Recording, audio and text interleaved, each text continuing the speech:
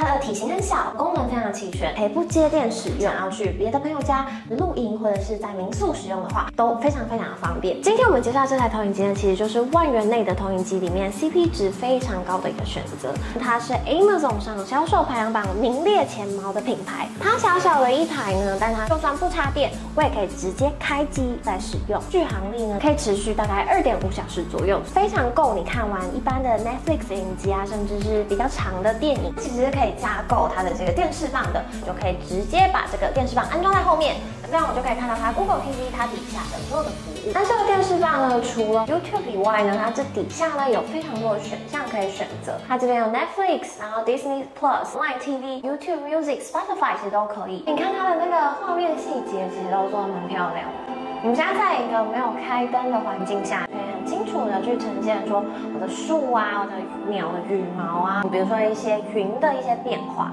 那其实它都做得非常的清楚。大家可能平常在家的时候呢，投影机呢可能不会摆得这么正。这一台投影机可以去做自动校正的动作。那我们来看一下，如果我把这个投影机稍微偏掉，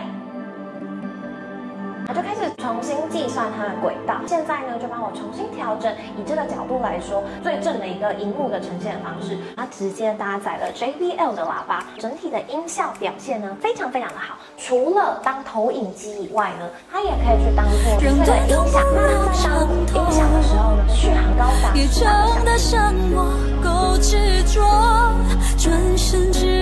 它也有支援 App。